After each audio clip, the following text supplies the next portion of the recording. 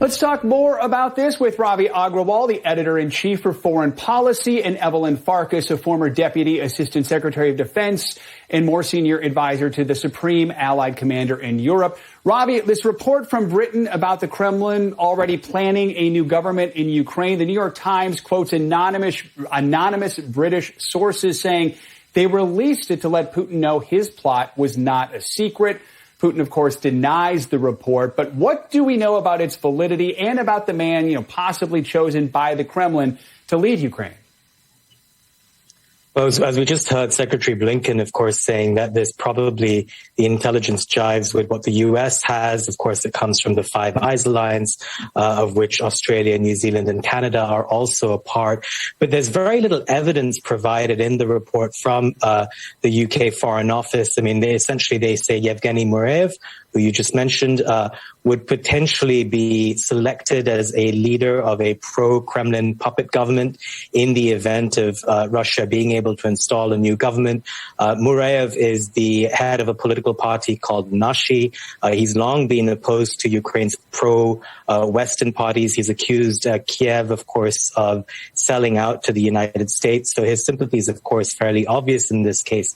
And there were 4 other Ukrainians who were cited in this report, all of whom fled Ukraine for Russia in 2014. So that's about as much as we know, but it's sort of all of a point from the intelligence we're seeing from the West, essentially, about more sort of data points suggesting that Russia is indeed trying a variety of means at its disposal to destabilize Ukraine and potentially attack it.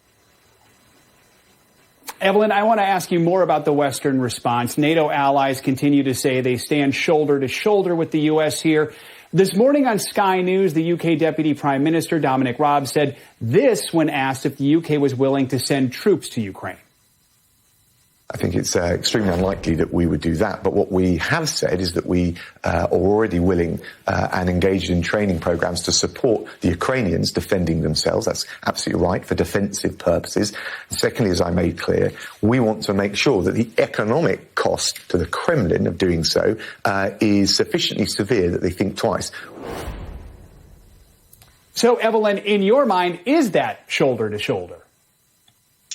Well, Joe, I think it is. What he's saying there is we're not going to send NATO forces, British forces to the front lines to fight the Russians directly. But indirectly, we're going to continue doing what we've been doing. That is the alliance, training Ukrainians on Ukrainian territory. That's what we've been doing all along in the West. And assuming that Putin doesn't seize the whole country, we can continue to do that.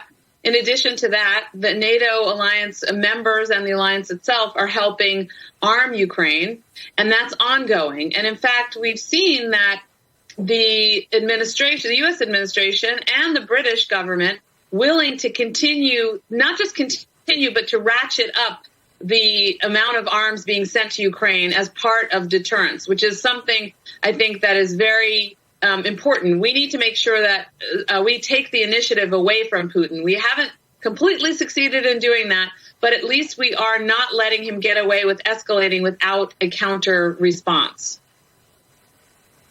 Ravi, Germany is also not offering military support. Just this morning, leaders said they would supply medical support only. This comes a day after the head of the German Navy resigned after saying Ukraine will never regain control of Crimea and that Putin deserves respect. What's going on with Germany right now?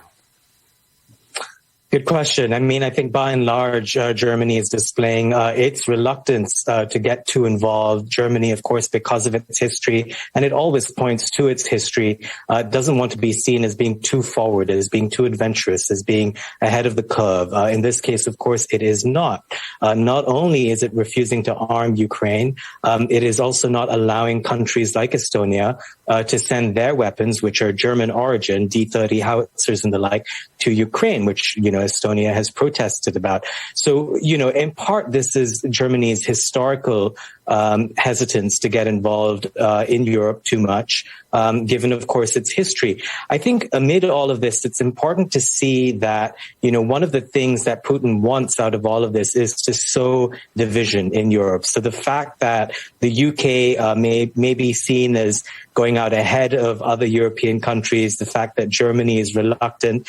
Earlier in the week, of course, we saw that President Biden opened a window of uncertainty where he said that the US may not respond if there's an incursion, but would if there was an invasion. Boris Johnson then sort of covered up for that. And then amid all of that, you have President Macron in France saying that, perhaps Europe needs to go it alone and not rely so much in the United States. So it is exactly divisions like this that President Putin is trying to sort of sow and reap. Evelyn, we've talked about all these other countries. Let's talk about America. In your mind, how well is President Biden handling this?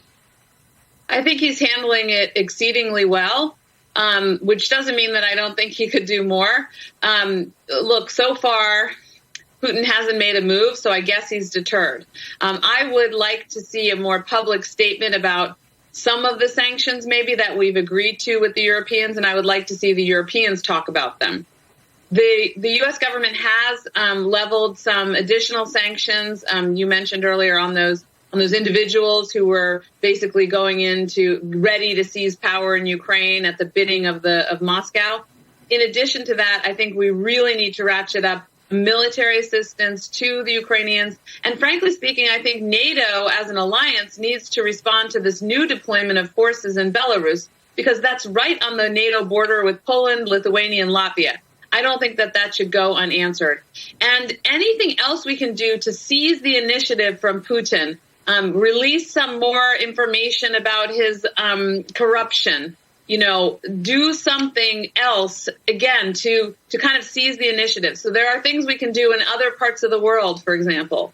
I would be very interested in seeing the administration do that rather than kind of waiting to see whether Putin's going to invade in a small way or a large way, in a covert way or a conventional way. Evelyn Farkas and Ravi Agrawal, thank you both for joining us on this Sunday. We appreciate it. Coming up, with another failed effort in the Senate, what's next in the fight for voting rights?